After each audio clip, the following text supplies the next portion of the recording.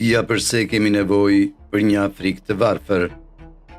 Pra, e zëm se ju jeni Evropa në vitin 1944 si kontinent. Keni kaluar shumë këto dekadat të fundit, megjithatë, pavarësisht nga të gjitha shkatërimet dhe diktatorët e hetur për pushtet që ju kanë thithur, ju gjithmonë keni arritur të riktheheni. Dhe një nga arsyet për këtë është kolonializmi. Po, ato ishin ditët e mira të vjetra, kur një kolonizator evropian i nevojitej vetëm një flamur dhe guxim për të kërkuar tokën për vete. Dhe asnjë kontinent tjetër në tokë nuk ju bëri aq të hetur sa Afrika. Goma, çaj, druri, kakao, fildishi, ari, diamante. Këto ishin vetëm disa nga burimet më të kërkuara të Afrikës. Dhe në fund të viteve 1800, të gjithë donin një pjesë të veprimit. Britania, Franca, Portugalia, Spanja, Gjermania, Belgjika. Ata mezi prisin të merrnin në dorë të gjitha ato burime të shtrenjta që mund të shfrytëzonin. Dhe nëse dikush nuk do të vendoste disa rregulla bazë, do të kishte një luftë të gjithëpërfshirëse për kontrollin mbi Afrikën. Pra, ju bët atë që do të bënte çdo kolonizator i mirë për të ruajtur paqen. Në vitin 1884, ju i mblodhët të gjithë rreth një tryeze për të ndarë kontinentin midis të gjithëve. Kështu, të gjithë mund të kishin pjesën e tyre të drejtë të pasurisë së Afrikës. Mirë, të gjithë përveç afrikanëve aktual. Por kush kujdeset për ta? Për një kohë, sistemi juaj i vogël funksionoi në mënyrë të përsosur. Edhe pas luftës së parë botërore, ju arritët të përdorni të gjitha ato burime afrikane për të paguar dhe riparuar të gjitha dëmet që shkaktoi lufta. Por më pas filloi lufta e dytë botërore dhe papritmas gjërat u bën të shëmtuara. Shikoni, ju ishit mësuar aq shumë të shfrytëzonit Afrikën për çdo gjë që ju nevojitej, saqë kur filloi lufta dhe ju nevojiteshin në shumë ushtar dhe burra, menduat: ne po marrim tashmë gjërat e Afrikës, mund të marrim edhe njerëzit. Pra, ju detyruat qindra mira afrikan, nga Algjeria në Afrikën e Jugut, regjistroheshin në ushtrit tuaj edhe fushatat e luftës. Kjo ishte pika e fundit. Jo vetëm që po e shfrytëzonit Afrikën nga të gjitha burimet e saj, por tani po vinit edhe për njerëzit e saj. Populli afrikan nuk kishte asnjë interes se kush doli në krye të luftës suaj të vogël botërore. Mjaft ishte mjaft. Ishte koha që Afrika të merrte atë që ishte e saj. Pra, në vitin 1945, ashtu siç po llogaritnin se sa diamante, ari, kakao dhe gomë do t'i kushtonte për të rindërtuar të gjitha qytetet që shkatëruat, Afrika e vuri këmbën. Një nga një, vendet afrikane ose negociuan ose hyn në luftë me kolonizatorët e tyre për pavarësi. Dhe, duke qenë se nuk kishit shumë pothuajse gjithçka, pa luftës dytë botërore, ato vende afrikane kishin përparësinë. Një nga një, burimet tuaja më të mëdha të diamanteve, arit, drurit, çajit, fildishit dhe të gjitha ato burimet të tjera që ju donit, u largoheshin nga kontrolli juaj. Ishte një makt absolut. Më parë, ju thjesht shkonit në këto vende dhe paguanit punëtorët vendas mjaftueshëm para për t'i nxjerrë ato nga toka për ju, që të mos konsiderohej skllavëri. Por tani, të gjitha këto vende të reja të pavarur afrikane donin t'ju shisnin të njëjtat burime. Këta të egër në fakt donin që ju të paguani për to, në mënyrë që të kishin para për kujdesin shëndetësor, arsimin, rrugët dhe qytetet. Kush mendoi nëse jeni ju? Santa Claus? Nuk ishte asnjë mundësi që ju, si Evropë, të mund të rindërtonit, të zhvillojë dhe të mbijetonit pa burimet që zotëronte Afrika. Por gjithashtu nuk ishte asnjë mundësi që të dorëzoheshit dhe t'i paguanit afrikanët për ndonjë prej tyre. Ose ju duhet të dilnit me një plan të ri, një mënyrë të re për të vazhduar të skllavëroni Afrikën, për të detyruar ata t'ju japin atë që dëshironi, për t'i lënë bizneset tuaja evropiane të vazhdojnë të vjedhin burimet e tyre, duke dhënë atyre iluzionin se janë të lirë. Bota moderne, siç e njohim sot, nuk do të ishte e mundur pa Afrikën. Merrni për shembull Republikën Demokratike të Kongos. Në vitin 2023, ajo prodhoi më shumë se 70% të kobaltit në botë, i cili përdoret për telefonat inteligjent, kompjuterat dhe natyrisht makinat tona elektrike të dashura. Afrika është gjithashtu shtëpia e 1/3 së furnizimit me minerale kritike në botë. Po flasim për bakër, litium, nikel, platin. 65% e tokës bujqësore pjellore në botë gjithashtu gjendet në Afrikë dhe pa të do të kishte shumë mungesa ushqimore. Dhe çdo vit, prodhimi dhe shitja këtyre burimeve gjeneron miliarda dollar të ardhura. Në vitin 2019, vetëm burimet minerale të Afrikës prodhuan 46 miliard dollar dhe ne nuk po flasim as për gjëra të tjera si peshqit, të korat apo lëndët drusore. Pra, pse atëherë edhe me gjithë këto burime dhe të gjitha aparat që prodhojnë, Afrika ende konsiderohet kontinenti më i varfër në tokë? Si është e mundur që pothuajse çdo person në Afrikë jeton nën kufirin e varfërisë, që do të thotë se ata jetojnë me më pak se 1/25 dollar në ditë? E po, përgjigjja qëndron pjesërisht tek Fondi Monetar Ndërkombëtar dhe Banka Botërore. Shihni, në vitin 1944, FMN-ja dhe Banka Botërore u krijuan nga vendet evropiane si një mënyrë për të ndihmuar njëra tjetrën të rindërtohen pas luftës së dytë botërore.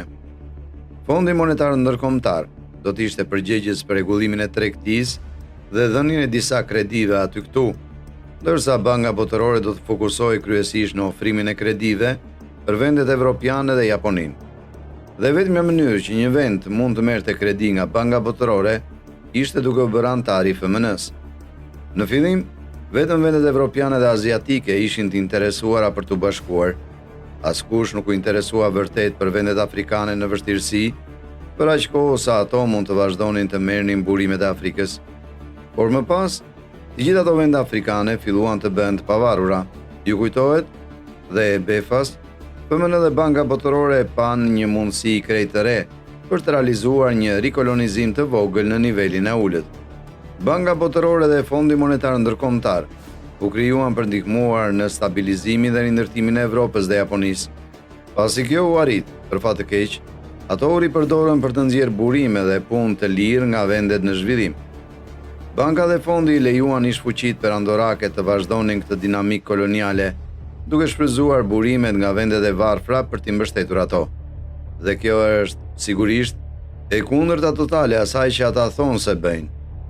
FMN-ja nuk ka armë, kështu që ndërsa britanikët, francezët, amerikanët dhe filipinasit do të shkonin dhe do të impononin një sistem ku ata thonin: ne do të marrim nga këtu, ju do të punoni dhe do të na ndihmoni të marrim këtë gomë nga këtu, dhe ne do ta çojmë në shtëpi dhe nuk do të paguajmë një tarifë të drejtë. Kjo ishte si kolonializimi i shkollës së vjetër, ose skllavëria, ose çfarëdo tjetër. Kjo nuk sjell dhunë, përdor borxhin si armë. Në sipërfaqe, premtimet e bëra nga FMN-ja dhe Banka Botërore duken si gjithçka që mund të shpresonte një vend afrikan i ri dhe i pavarur. Mos u shqetësoni nëse nuk keni para për të filluar të shfrytëzoni burimet tuaja. Ne kemi më shumë se sa duhet për t'ju ndihmuar. Ne do t'ju ndihmojmë të bëheni të pasur dhe të suksesshëm. Vetëm nënshkruani këtu, ju lutem. Sipas vetë FMN-s, ajo punon për të arritur rritje të qëndrueshme dhe prosperitet për të gjithë anëtarët e saj. Wow, a nuk t'i ngëllon bukur? Ndoshta kjo ishte mënyra e perëndimit për përballuar Afrikën pas gjithë atyre viteve të shfrytëzimit të burimeve të saj. Ndoshta më në fund u krijuar një ndërgjegje. Sidoqoftë, këto vende afrikane kishin nevojë të dëshpëruar për çfarëdo ndihme financiare që mund të merrnin, kështu që ata pranuan premtimet e FMN-s. Një nga një, të gjitha ato vende të reja afrikane ju bashkuan FMN-s. Për pjesën tjetër të botës, duke sikur FMN-ja dhe Banka Botërore po e bënin Afrikën një favor. Ata po i ndihmonin, duke u dhënë miliarda për të zhvilluar dhe përparuar. Çfarë bamirësie? Por në realitet, asnjë nga ato para nuk ishte bamirësi. Ato nuk ishin donacione, ishin kredi. Kredi që këto vende afrikane do duhet t'i kthejnë, ose ndryshe. Por askush nuk mendoi për këtë në atë kohë. Gjithçka që panë vendet afrikane ishte përgjigjja për lutjet e tyre, mundësia për të bërë më në fund pa aq të pasur dhe të zhvilluar si vendet e tjera. Por ata nuk e dinin që ata sapo kishin hyrë në kurthin më të sofistikuar të kolonializmit perëndimor. Ja si funksionon. Le të themi se jeni një vend afrikan i pazhvilluar në vitet 80. Ju nevojitet dëshpërimisht para për t'i dhënë popullit tuaj arsim, për të blerë makineri për të minuar mineralet tuaja dhe për ndërtuar infrastrukturën për t'i transportuar këto minerale. Por ju keni qenë të kolonizuar për më shumë se 100 vjet, kështu që pothuajse nuk keni asgjë. Evropianët i morën të gjitha, por një ditë do dëgjoni për FMN dhe Bankën Botërore. Do dëgjoni se si ata ofrojnë shumë të mëdha parash për ndihmuar vendet afrikane të rriten, duke si zgjidhja e përsosur për gjitha problemet tuaja. Nëse mund të merrni vetëm disa nga ato para, mund t'i edukoni njerëzit tuaj, i trajnoni ata për të hapur biznese dhe mund filloni të nxirrni këto burime dhe t'i shisni ato përfitime. Pra, ju bashkoheni FMN-s, aplikoni për një UA, le të themi $1 miliard. FMN-ja du thotë se është shumë e lumtur t'ju japë ato para me një interes prej 8%, sepse sigurisht me gjithë zhvillimin dhe edukimin që do të bëni, do të fitoni shumë më tepër se vetëm $1 miliard. Pra, kredia duhet jetë lehtë për të shlyer. Në fakt, as mos u shqetësoni për detajet. Ato janë thjesht gjëra të mërzitshme që mund të ndodhin në skenarët më të këqij. Ju nuk do të keni vështirësi për ta shlyer kredin tuaj. Do të përparoni dhe do të rriteni, siç ka ndodhur me Evropën, apo jo? Kështu që nënshkruani në vijën me pika dhe filloni t'i përdorni ato para. Por ja ku është problemi. Deri në fund të vitit të parë, ju tashmë duhet të paguani FMN-s $80 milion për interesin. Edukimi i popullatës, krijimi i bizneseve dhe grumbullimi i burimeve kërkon shumë kohë. Pra, kur të vijë afati për pagesën e parë të interesit, çfarë ndodh? Ju nuk mund të paguani. Mos u shqetësoni për këtë, ju thot FMN-ja. Ne kemi parashikuar këtë. Nuk është një problem i madh. Por pasi keni humbur tashmë një afat, ata e dinë se duhet të ndërhyjnë. Ne duhet të ndërhyjmë dhe do t'ju ndihmojmë të bëni këtë pagesë. Kështu që FMN-ja dërgon këshilltarët dhe konsulentët e saj dhe ata ju prezantojnë me një koncept të quajtur reforma strukturore. Sipas tyre, këto reforma strukturore janë vetëm sugjerimet e FMN-s për t'ju ndihmuar të përdorni paratë e huaja me mençuri, në mënyrë që të fitoni mjaftueshëm para për të përmbushur afatin e ardhshëm. Por në realitet, ato reforma strukturore japin FMN-s kontroll absolut mbi ekonominë tuaj. Qëllimi i përshtatjes strukturore është të ndryshojë shoqërinë e një vendi të varfër për ta bërë atë të fokusohet në eksporte, në kurrizë të konsumit të brendshëm. Dhe ja ku bëhen interesante gjërat. Sepse shumicën e kohës, $1 miliard e parë që ju dha FMN-ja, ju i shpenzoni duke përpjekur të përmirësoni jetën e qytetarëve tuaj, duke ndërtuar shkolla, spitale, rrugë ose çfarë do tjetër. Pra, edhe pse dëshironi të filloni të shisni burimet tuaja, deri atëherë, ju keni shpenzuar tashmë të gjitha paratë e kredisë. Por për fat të mirë, FMN-ja është këtu për të ndihmuar përsëri. Mos u shqetësoni nëse nuk mund t'i minoni të gjitha ato burime ose të mblidhni të gjitha ato kultura. Lerini kompanitë tona t'i bëjnë ato për ju, thonë ata. Dhe me që gjithë kjo është e përfshirë në shkronjat e vogla të kredive që keni nënshkruar, nuk keni zgjidhje tjetër përveç se të pranoni. Pikërisht kështu. Të gjitha ato biznese perëndimore po kthehen aty ku ishin para përfundimit të kolonializmit. Ata po marrin burimet tuaja dhe po ju japin ndryshime të vogla në këmbim. Por duroni, përkeqësohet. Jo vetëm që bizneset perëndimore janë kthyer dhe po plaçkisin burimet tuaja, por ju ende nuk keni para. Sigurisht, keni bërë disa pagesa interesi për kredit tuaja, por ato biznese perëndimore nuk po paguajnë taksa të mjaftueshme për t'ju dhënë diçka për të punuar. Kështu që ju jeni detyruar të merrni një hua tjetër. Vetëm këtë herë, shtypja ime është edhe më e rreptë. Kërkon më shumë reforma. Si mund të besoni se FMN-ja do t'ju besoj që do të bëni më shumë pagesa për kredi të re, siç bëterën e kaluar? Tani ata kërkojnë pak siguri. Ata kërkojnë një kolateral të vogël. Kështu, ata thonë se do t'ju japin një kredi vetëm nëse rritni taksat për qytetarët tuaj dhe ulni shpenzimet e qeverisë për to. Kjo do thotë më pak arsim dhe më pak programe sociale. Natyrisht, kjo është gjëja e përgjegjshme për të bërë, apo jo? Prisni ndyrën për të siguruar që nuk po shpenzoni për asgjë që nuk është absolutisht e nevojshme. Por tani, ju keni $2 miliard borxh. Burimet tuaja po plaçkiten nga bizneset perëndimore dhe njerëzit tuaj po bëhen gjithnjë më të varfër, vetëm që të mund të vazhdoni të paguani për të gjitha. Por pse të ndalemi këtu? FMN-ja ka arritur deri tani. Ata kanë marrë kontrollin mbi gjithë ekonominë tuaj.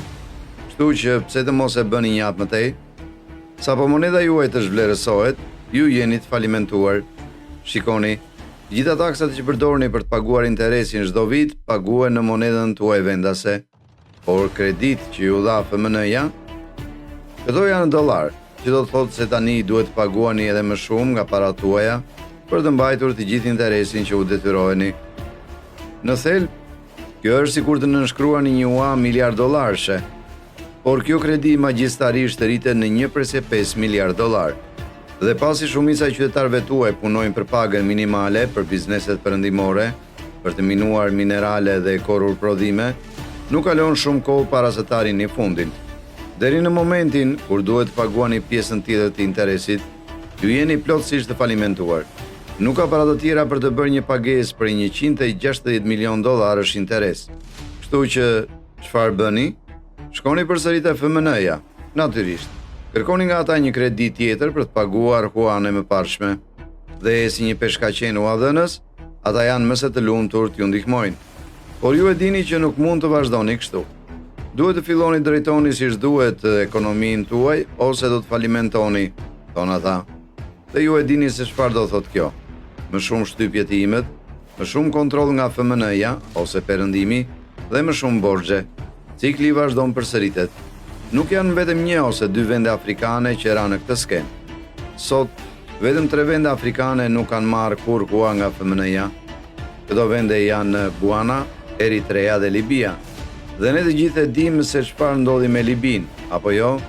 Nga të gjitha 52 vendet, FMN-ja ka përdorur borxhin për t'i mbajtur ato të varfër, ndërkohë që dërgon burimet e tyre në perëndim. Përshëndet një vendin më të pasur në botë, Republikën Demokratike të Kongos, e njohur më parë si Zaire. Republika Demokratike e Kongos ka pasuri minerale të papërpunuara me vlerë $24 trilion. Ari, bakri, nafta dhe kobalti janë disa nga eksportet më të mëdha të kësaj republike. Por ju nuk do ta dinit këtë duke parë këtë foto. Edhe pse Republika Demokratike e Kongos ka më shumë pasuri minerale se çdo vend tjetër në botë, personi mesatar në këtë republik fiton vetëm rreth $150 në ditë, me të ardhurat vjetore prej vetëm $610. Për krahasim, Arabia Saudite ka vetëm rreth $2.5 trilion burime minerale të pashfrytëzuara, dhe megjithatë të ardhurat mesatare vjetore janë rreth $54.000. Shumë më tepër se $610 të Republikës Demokratike të Kongos. Si ndodhi kjo? Si një nga vendet më të pasura me burime, Republika Demokratike e Kongos u bë një nga më të varfrit. E po, sipas Bankës Botërore, kjo është për shkak të një historie të gjatë të konflikteve, trazirave politike, paqëndrueshmërisë dhe sundimit autoritar, që është një mënyrë për të thënë se të qenit i varfër është 100% faji i tyre. Por a është kështu? A është vërtet? Apo është për shkak të perëndimit? Banka Botërore dhe FMN, para përfundimit të kolonializmit, Kongoja ishte në pronësi të mbretit Leopold të Belgjikës, i cili kaloi vite duke vidhur burime dhe skllavëruar popullin. Pas një lufte të gjatë për liri, Kongoja fitoi pavarësinë në vitin 1960 dhe zgjodhi Patrice Lumumbën si kryeministër. Plani i Lumumbës ishte të shfrytëzonte të gjitha bizneset, duke marrë kontrollin e minjerave dhe kompanive të eksportit. Por për perëndimin, ky ishte një problem. Kongoja ishte një burim i preferuar i lirë për minerale, dhe tani Lumumba po kërcënonte t'i merrte ato. Por për fat të mirë, plani i Lumumbës nuk shkoi larg, pasi ai u vra pas vetëm 6 muajsh në pushtet. Kush e bëri këtë? Element brenda ushtrisë kongoleze, të ndihmuar nga qeveritë belge dhe amerikane. Borxhi jashtëm i Zaire kaloi nga 5% e prodhimit të brendshëm bruto në 150%. Dhe në vitet 1990, FMN-ja detyroi Republikën Demokratike të Kongos të privatizonte shumicën e bizneseve dhe të shiste kontrollin tek investitorët e huaj, në mënyrë që të mund të vazhdojë pagesa e kredive. Strategjia funksionoi dhe një dokument i Bankës Botërore rekomandoi që minjerat të privatizoheshin sa më shpejt që të ishte e mundur. Sot, Afrika i detyrohet Fondit Monetar Ndërkombëtar mbi $42 miliard dhe Bankës Botërore mbi $4 miliard, duke vazhduar të vuajë pasojat. Sa më shumë një vend afrikan të mbështetet tek këto institucione, aq më i varfër bëhet, që është krejtësisht e kundërta e asaj që ato deklarojnë. Në fakt, nga të gjitha vendet afrikane, vetëm 3 nuk kanë marrë kur hua nga FMN-ja, dhe ato janë shumë më mirë se të tjerët. Në mënyrë të ngjashme, Libia nën Muammar Gaddafin nuk kishte marrë asnjë kredi nga FMN-ja. Gaddafi përdori pasurinë nga nafta dhe ari për të përmirësuar vendin, duke ofruar arsim dhe kujdes shëndetësor. Ai po planifikonte të krijonte një bankë qendrore të pavarur për Afrikën, por pas një kryengritje të mbështetur nga SBA-ja, ai u vra dhe pasuria e Libisë u konfiskua. Për më shumë se 80 vjet, FMN-ja dhe Banka Botërore kanë përdorur borxhin për të mbajtur Afrikën të varfër, duke vjedhur burimet e saj dhe duke detyruar të punojnë për pagat më të ulta, ndërkohë që perëndimi bëhet gjithnjë më i pasur. Por ndoshta fundi i këtij cikli është afër, sepse shumë po fillojnë të kuptojnë se kush janë zotërinjtë e vërtetë të sklevrëve. Në Kenya ka pasur protesta kundër një projekt ligji të ri financiar, që do të rriste edhe më shumë taksat për ta njerëz të varfër për të paguar të gjitha këto pagesa interesi. Nga ana tjetër, Nigeri sapo dëboi një gjigant francez të minjerave të uraniumit, që po merrte uranium të lirë për reaktorët bërthamor. Pyetja tani është: a do të fillojnë të rebelohen më shumë vendet? A do të fillojnë të anulojnë kreditë e tyre grabiqare? Apo është tashmë tepër vonë?